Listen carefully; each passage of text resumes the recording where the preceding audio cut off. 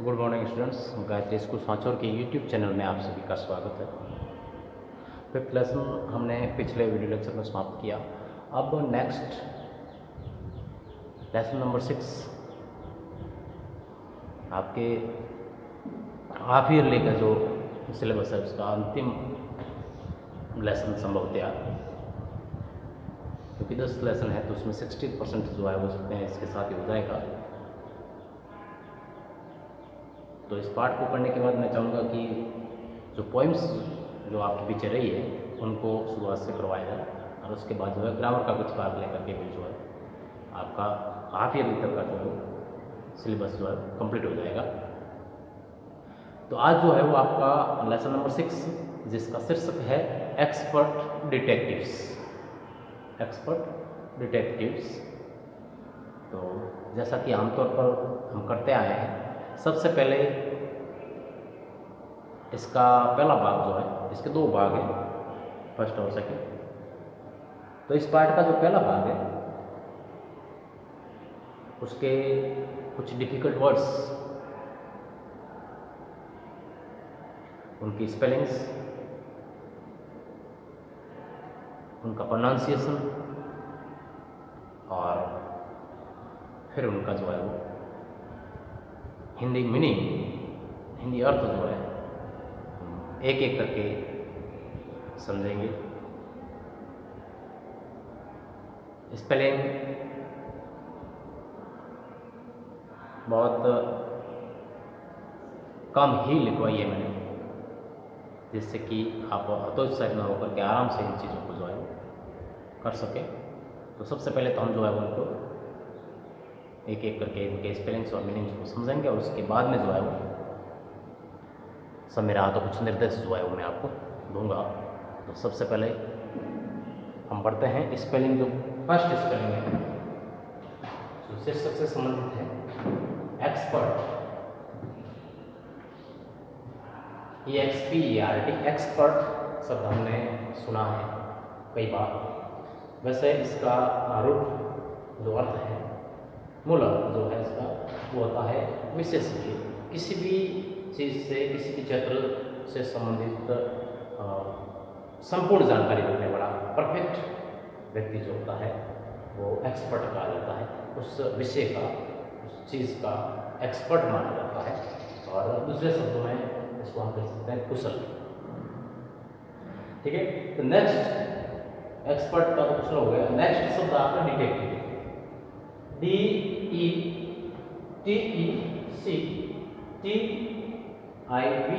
Detectives. Detective से detectives बना है, बहुवचन शब्द है, प्लूरल सब्जेक्ट वर्ड है ये।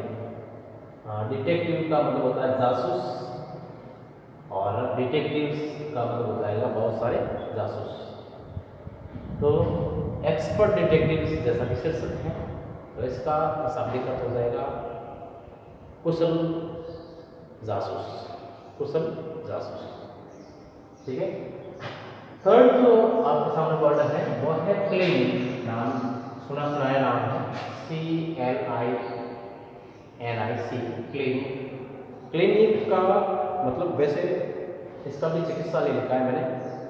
क्लिनिक चिकित्सालय का छोटा रूप होता है, वहाँ भी जो है वो इलाज किया जाता है, बीमार व्यक्ति का इलाज किया जाता है। लेकिन ये जो है वो आकार में जो है वो छोटा होता है, और चिकित्सालय जो होता है, हॉस्पिटल जो होता है वो आकार में जो है वो बड़ा होता है। वहाँ बहुत सारे व्यक्ति जो है डॉक्टर्स वगैरह काम करते हैं, लेकिन इसमें जो है वो एक आध व्यक्ति ही काम करता है। छोटा रूप है इसका, लेकिन इसको भी जो है चिकित्सालय हम कह सकते हैं। दूसरा है मॉन्स्टर, MONSTER, मॉन्स्टर। मॉन्स्टर का मतलब होता है दैत्य, राक्षस, जिसको इंग्लिश में मॉन्स्टर कहा जाता है। फिर है अफोर्ड, AFFORD, अफोर्ड का मतलब होता है वहन करना। जैसे किराया वहन करना, या कोई भी खर्चा जो है वो वहन करना होता है, उसको अफोर्ड कहते हैं। Crook, CROOK, crook. क्रूक का मतलब होता है अपराधी, एक नाउन है। औंधरल, ONTHEREL, औंधरल, भागा हुआ, औंधरल संज्ञा है, भागा हुआ। Stressed away, STASHEDAWAY, stressed away का मतलब होता है छिपा कर रखे हुए, छिपा कर रखे हुए। उनको शाब्दिक अर्थ उसका होगा छिपा कर रखे हुए, स्ट्रेस्ड अवे। क्रिमिनल वही शब्द है, ग्रुप का ही पर्यायवाची शब्द है, CRIMINAL, क्रिमिनल जो क्राइम करता है, CRIME, crime, CRIME, crime. Crime का मतलब होता है अपराध, और उस अपराध को कारित करने वाला, अपराध करने वाला जो है वो व्यक्ति जो है क्रिमिनल कहलाता है। क्राइम से क्रिमिनल जो है बना है। फिर है doubtful, doubt, DOUBT, doubt, doubt का संदेह होता है, फुल यानी संदेह से भरा हुआ, तो डाउटफुल अनिश्चित या संदिग्ध कह सकते हैं इसको। फिर है of course, OFCOURS, of course का मतलब होता है बेशक, या दूसरे शब्दों में इसको कहते हैं निसंदेह, जिसमें कोई संदेह ना हो। फिर आपके सामने शब्द है स्टार्विंग, STARVING, स्टार से स्टार्विंग बना है। शब्द है स्टार, STARVE, स्टार भूख, स्टार भूख होता है। स्टार्विंग यानी भूखे रहना, भूखे रहना, कंटिन्यूअस फॉर्म है स्टार्विंग, स्टार से स्टार्विंग बनाना है। फिर आगे जो है आपके शब्द है रेस्टोरेंट, नाम सुना हुआ है, RESTAURANT, रेस्टोरेंट का मतलब होता है भोजनालय। और फिर है down stairs, DOWNSTEIRS, down stairs यानी भूतल, नीचे की ओर। एग्जैक्टली, EXACTLY, एग्जैक्टली एडवर्ब है, बिल्कुल सही, बिल्कुल सही। एक्सक्लेम, EXCLAIMED, एक्सक्लेम से एक्सक्लेम्ड बना है, उनका वर्ब का सेकंड फॉर्म है ये, भावावेश में चिल्ला कर कहा। एक्सक्लेम का मतलब होता है जब हम आवेश में आ जाते हैं, किसी भी प्रकार के आवेश में आ जाते हैं, आवेश में आकर के, खुश होकर के, दुखी होकर के, परेशान होकर के, चिढ़ करके, क्रोधित होकर के जब हम कुछ कहते हैं तो वो एक्सक्लेम होता है। एक्सक्लेम से का सेकंड फॉर्म एक्सक्लेम बना है, ED लगा है इसमें। और अब जो है हिडन, हिड से या हाइड, HID से जो है हिडन बना है, HIDDEN, हिडन का मतलब छुपा हुआ, और हेड का मतलब छुपना।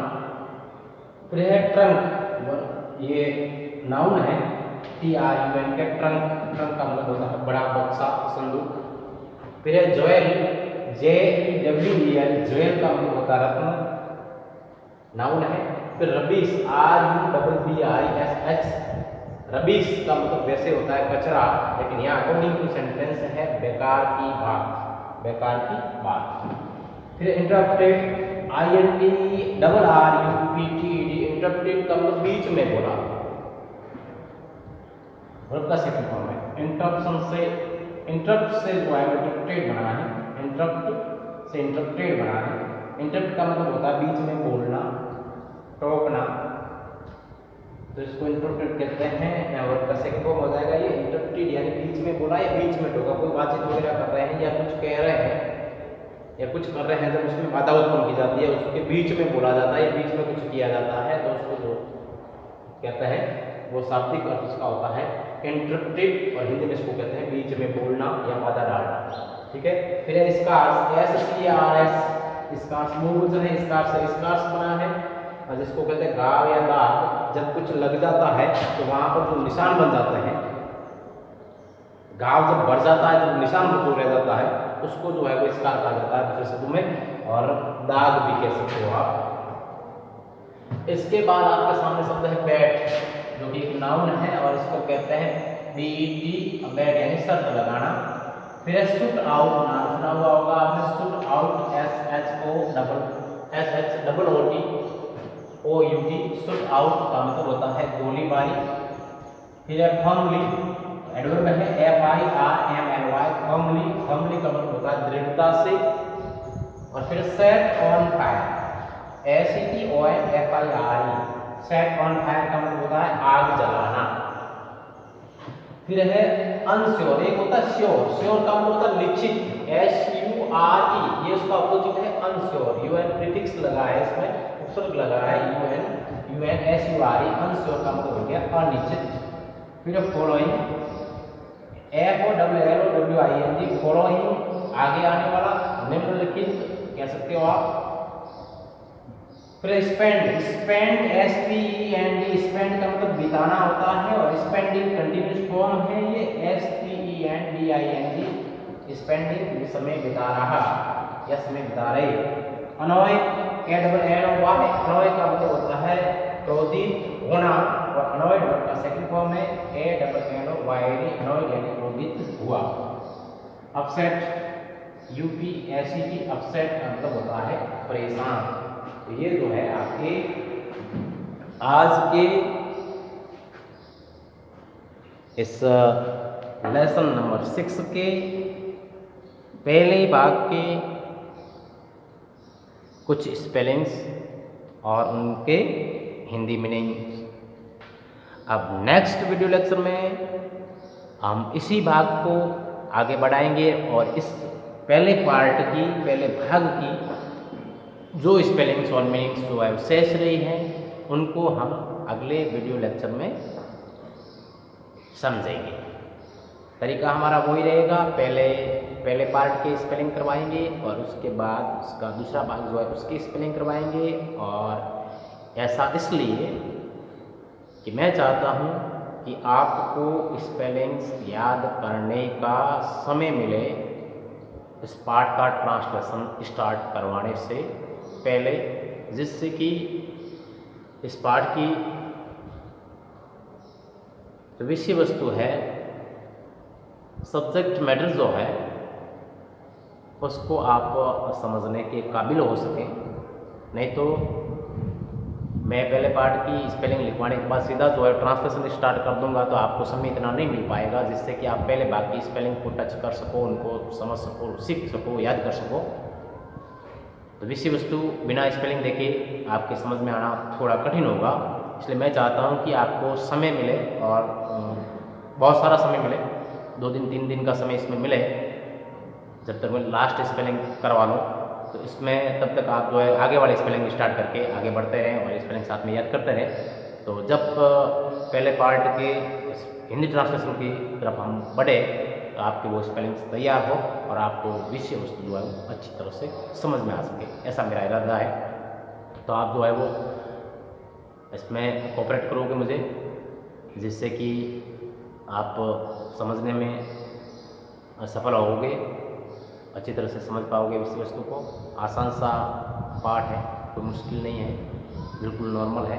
अगर आपने शुरुआत से प्रयास किया तो इसको समझने में कोई परेशानी आपकी नहीं होगी। और आपको विषय वस्तु समझ में आ गई, पाठ समझ में आ गया, तो आप उनके जो एक्सरसाइज जो पीछे है उनको, उनके आंसर लिखने में आपको कोई परेशानी नहीं आएगी। तो सबसे पहले आप इसका सबसे बढ़िया वाला जो है वो स्क्रीनशॉट लें, और स्क्रीनशॉट ले करके फिर इसको जूम करके बढ़िया तरीके से, जैसा मैंने तरीका बताया था आपको, हिंदी में कैसे लिखना है, इंग्लिश में कैसे लिखना है, हिंदी इंग्लिश दोनों है इसमें साथ में। तो जैसा कि मैंने बताया था कि इंग्लिश का शब्द जो है हमेशा लाइन के टच करते हुए ऊपर की ओर आता है, हिंदी का नीचे की ओर आता है लाइन को टच करते हुए। और शब्दों की साइज, आकार वगैरह जो है वो बराबर होने चाहिए, जैसे उसकी बनावट होती है उसके अनुसार व्यवस्थित रूप से लिखना है आपको। तो उस पैटर्न को जो है वो फॉलो करते हुए आप बढ़िया तरीके से लिखने का प्रयास करें। और लिख करके मैं तो चाहता हूं कि आप पहले याद करें फिर लिखें, याद करके लिखें, या फिर अगर नहीं होता ऐसे तो लिख करके फिर जो है वो याद करें, लेकिन याद जरूर करें। और कल जो है वो हमारा जो वीडियो लेक्चर रहेगा वो इन्हीं स्पेलिंग से संबंधित रहेगा, इससे नेक्स्ट वाली स्पेलिंग इसी बाकी। और तब तक के लिए जो है वो हम आज का ये वीडियो लेक्चर जो है वो समाप्त करना चाहेंगे। Thank you.